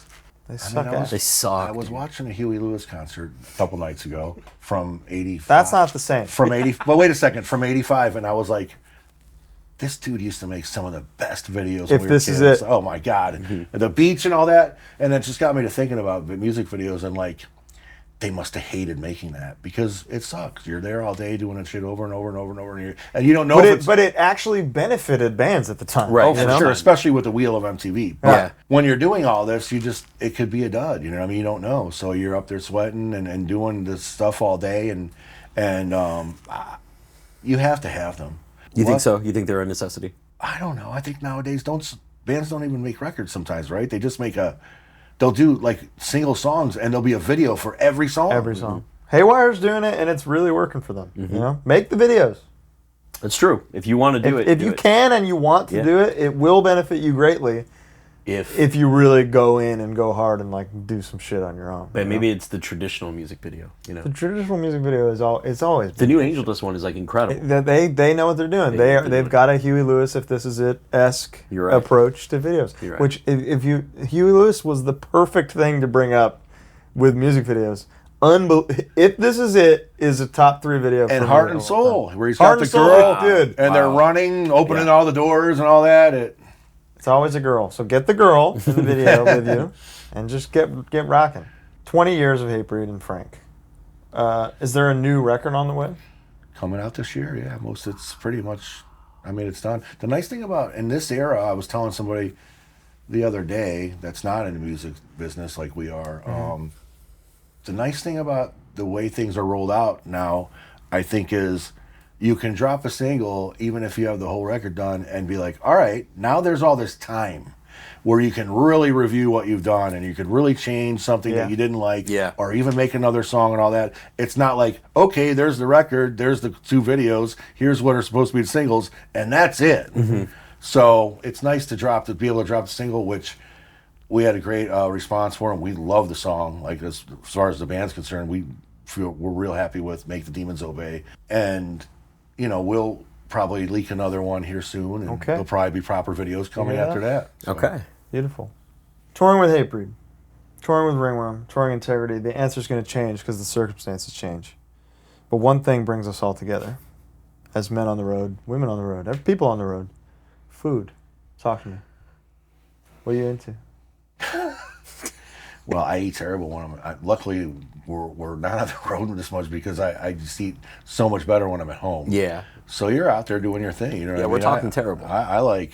Talk to me. I mean, if you're going to Chicago and you're talking about the big 3 with the pizza and the hot dogs and the Italian beef, the Italian beef's first, I think. Come on. This is dude, I think because I eat it so seldomly, I think I agree. When I get to have a Portillo's Italian beef, you saw me last night. Yeah, we got 2 big beefs. Do you get them dry and have the sauce on the side, or you get them soaked? Sopping wet. Sopping wet. I get it right in the middle. Mozzarella. Hot peppers. I get hot and sweet. Soaking. It's dripping everywhere. Oh, no. Everywhere. Oh, yeah. I mean, I don't know. Yeah, you guys are... I've seen the stuff you guys post with all that stuff. It's great. I love it. I love the whole Connecticut pizza thing. I thought that was awesome. Thank you. You have a choice between the big New Haven pizza places? I never really got to go and experience all those. I just 20 years in Hatebreed, you never had Sally's? No, I never did. Ever. What the hell, man? I know. I'm such a loser when it comes to that. Like, because I love pizza, and I'll get behind Connecticut just because any of the pizza I've had in Connecticut's been phenomenal. Yeah, it didn't have to be one of those places. But dude, it's different. That one street, it's different there, man. No, I need to go and wait in line and do all that. You gotta What's a Cleveland staple?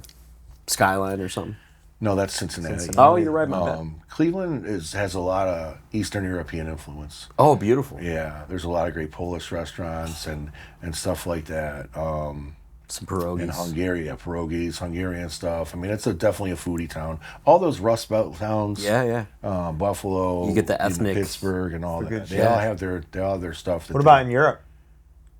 What do you look forward to eating when you're there? I don't Catering. really venture out much. What does that mean? It's catering. Oh. So. Yeah. I should really go out, and I'm missing out in France and all these places. But you never had a fricadelle? I don't know what that is. You've 20 years in Hatebreed, you never had a fricadelle? No. What is that? fricadelle. I don't know what you're saying. Dude. Stop making up stuff. Yeah. Fricadelle. You speak German. Translate it for me. Fricadelle. Yeah. I don't know. It's like a meatloaf thing. It's like a dry meatloaf. Delicious. I've probably had it. Probably. Schnitzel. You had them hot dogs with the hollowed out bread roll where they go. Of course. That's Denmark and has the sauce the best goes ones. up. Denmark Danish dogs are phenomenal. So good. So you like that? Schnitzel. Schnitzel, one of the greats. Great, dude. Kebab. Pretty good. Of course, kebab. You Always. need kebab. No Keeps you alive. pizza ever. Nah, dude. We ate on the street once. You remember that? We don't need to get into that. It's dark days. Dark days. So, in terms of fast food, when touring in America, Oh God. I know. Pick one. Shit, that's hard. Where are you man. stopping? God damn. Yeah, where are you saying, hey, driver? You or Hatebreed as a whole? What's the spot? Oh, we Does don't Hatebreed really... stop? No, we don't. What a weird band. Well, because you know, Hatebreed well, wakes up in America. Hatebreed wakes up at a super Walmart every morning, and that's a bus driver. Day one, he's told that because we need to go to the number 2. We need to, because we're going to get into town before the venues open. Yeah. And Hatebreed rolls with a foreman, a crock pot, and a skillet. I'm sorry, yeah, a crock pot, a proper skillet, and a foreman. yeah. Why? You Because cooking? no, we normally take money instead of the catering budget, and we just go in and buy whatever we want. Everybody has their own food. So you can make it the eyes. We got Carl the vegan hanging, and Yeah. you know, Also, Wayne's a pescatarian, and at that level, Cooking too, fish in the bus? he don't cook. Jamie and I are maniacal about sardines, and we eat them all the time. I love, And we're love maniacal sardine. about anchovies on pizza. Well, his McDonald's order was double fish fillet, extra tartar sauce. Jamie's big fish sandwich guy sometimes. What about you? For what? Filet of fish. Are you a believer or are you a deceiver? I don't. Yeah, it's sick, right? I'm not really into It's it. a sick thing to do. It's We a lot. can- I'll fuck Permane Brothers up all day. What is that? You certainly have gone there. Sandwich. in Pittsburgh. I've never no? been. Yeah. You got to go. Okay. it. You got to go It's to the big Sally's. Texas toast You're in the salad. best It's Connecticut a- hardcore band of all time. I know. What's going Permane on? Brothers got the fries and the coleslaw. And the Yeah. sandwich. Yeah. You don't like Code coleslaw. Code took us there. Oh, It was did good. they? Yeah, it's good. Okay. Number 1 fast food in America. God, why would you do that to me? You have to. It's the rules. It's what the show is. Yeah. Fucking hell. Can I ask what yours is first? Mine is In-N-Out. I think it's the greatest restaurant in the Oh, world. yeah, that's. It's a little cheating It's the world's greatest because it's restaurant. not everywhere. So he's cheating a little bit. You buddy, It's not all that. it's the world's greatest restaurant. Yeah. It is all that. And I'm shake, you know? It's not fat. It's accelerated cuisine It for is. sure. But Whoa. no. I'm saying Oh. this is a segue. Oh. I've recently fallen back in love with Noodles and Company. Really? Dude, they changed their menu. They red lobstered it. It's changed. That young man came and really changed the game. There's a young man that came in and changed the game? There's somebody. I fuck with rallies and checkers just because it's Really? open at 4 in the morning. It is open. It's open late. Wow. Checkers is beyond good. the fries? Checkers is Fry. good. Yeah, I fuck with the Big Buford. Plus they have rappers have burgers there now, so like That's cool. You're like, oh, Remember when Hoobastank had it? Yeah, we talk about this all the time. Yeah. The Denny's thing. Hoobastank had a Hoobastank had a Denny's menu. The Hobbit had a Denny's menu. It was people love unbelievable. Chick-fil-A too, man. People can't believe Chick-fil-A. You like it?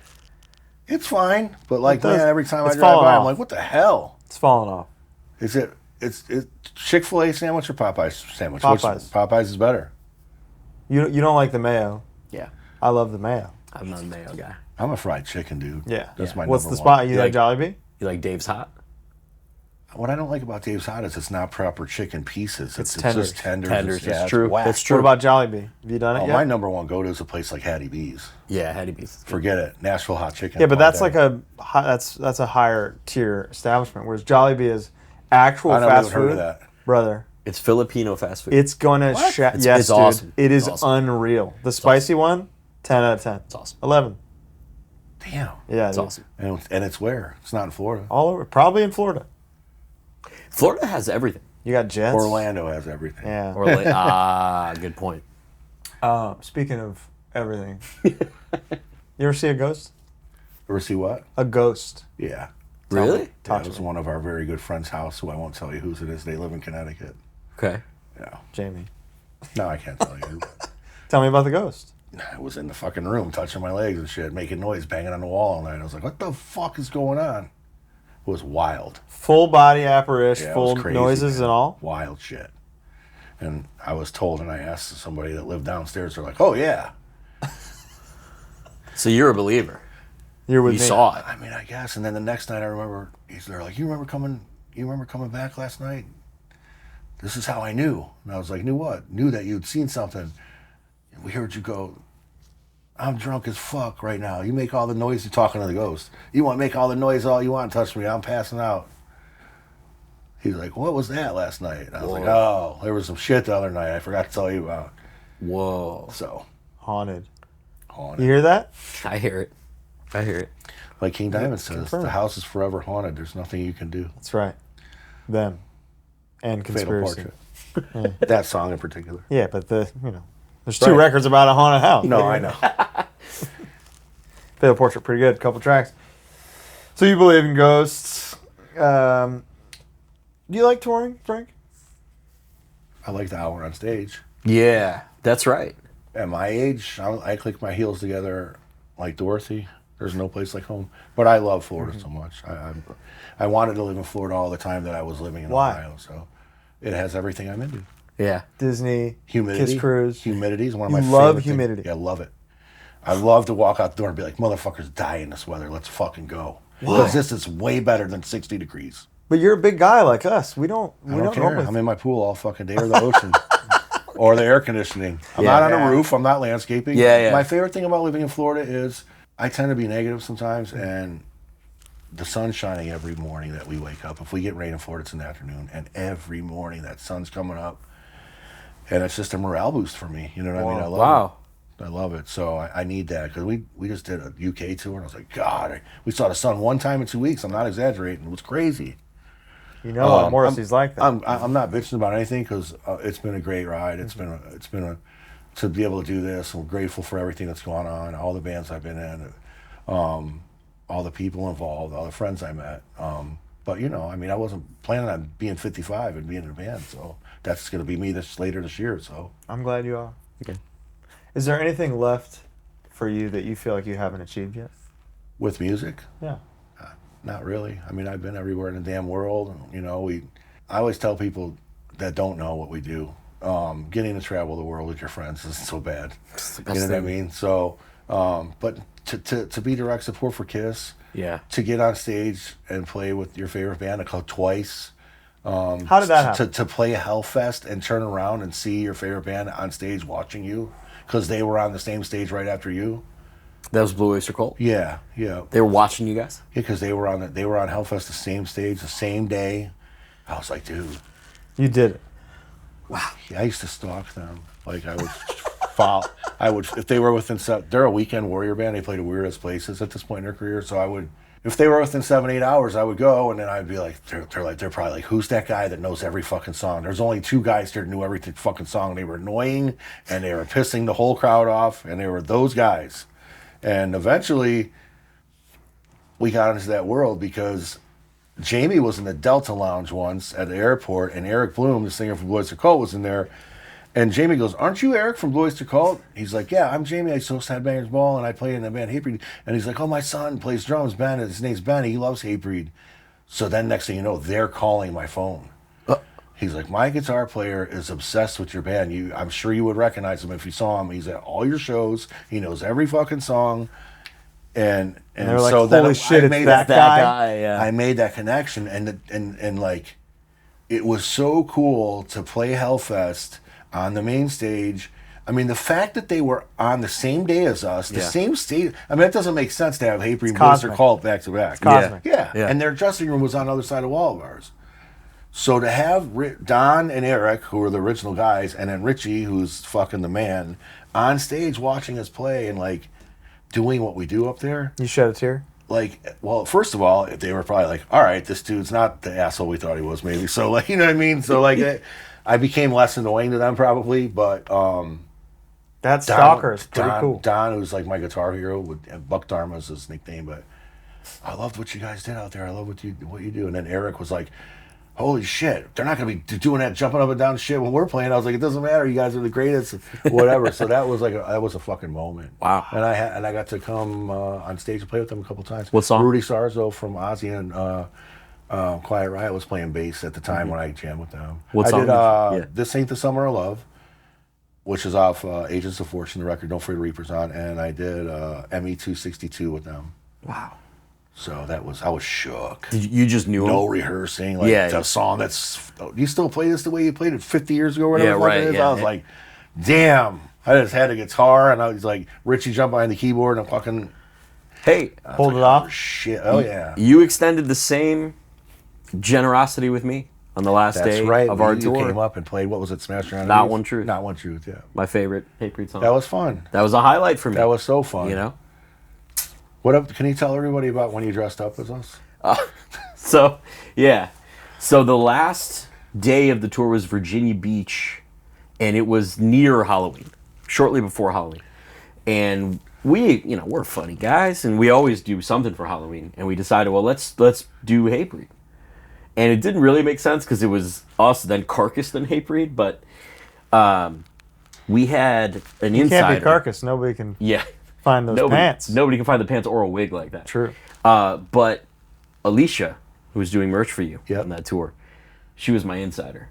Because we knew we could draw something on Nick, give him the Wayne goatee and the hat. Easy. Casey and Beatty, we gave him a cutoff tee. That was okay. Yeah. James, we gave him a bandana. That was pretty doable. Classic. But I wanted something good, and Alicia went into your bunk, and you had just gotten a Broncos jersey. And I still feel bad about this because I don't. Brand new I jersey? think it was brand new. It was a Florida Gators white Tim Oh, I'm Tebow. sorry. It was a white Tim Tebow jersey. You're right. Oh, it that's was not as serious. It was a right? white, It's definitely a serious. but College, played- college football down here is bigger than bro. I wore a shirt under it so as not to soil this one, and I did. I wasn't wet. I was very conscious of that. I took it very easy on stage. Good. And I wore a hat, and I did your bandana gimmick on your wrist. You And, guys killed it. It was so funny to watch. and Chris had a puka shell necklace we found in Virginia Beach. Unbelievable. And like sweatbands and stuff. And Backwards hat, Yeah, lollipop in. yeah, Really? we did it. Dude, unreal. I saw a picture. It was great. We did it. But Frank, as we get older, we lead by example. The examples left behind us are people like you who are kind to us when we're, you just met Bo, but you met me at a time where it was like our band is slowly growing. I'm very impressionable, and I don't know what to expect from the bands I love. I've had bands I loved who are dicks to me and that I write off. You're the guy, dude. You've always been the guy. You go up to people for day one, you embrace them, you accept them. So thank you for being so cool. I try to be. I mean, I can't all the time, but you know what I mean. Like, Yeah, of course.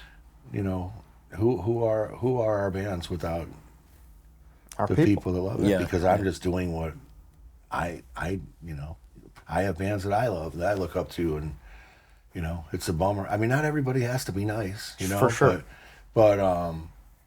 But it is our responsibility, like especially in hardcore and punk, the next generation is what's gonna keep it going. So we must support them. We must embrace them. absolutely.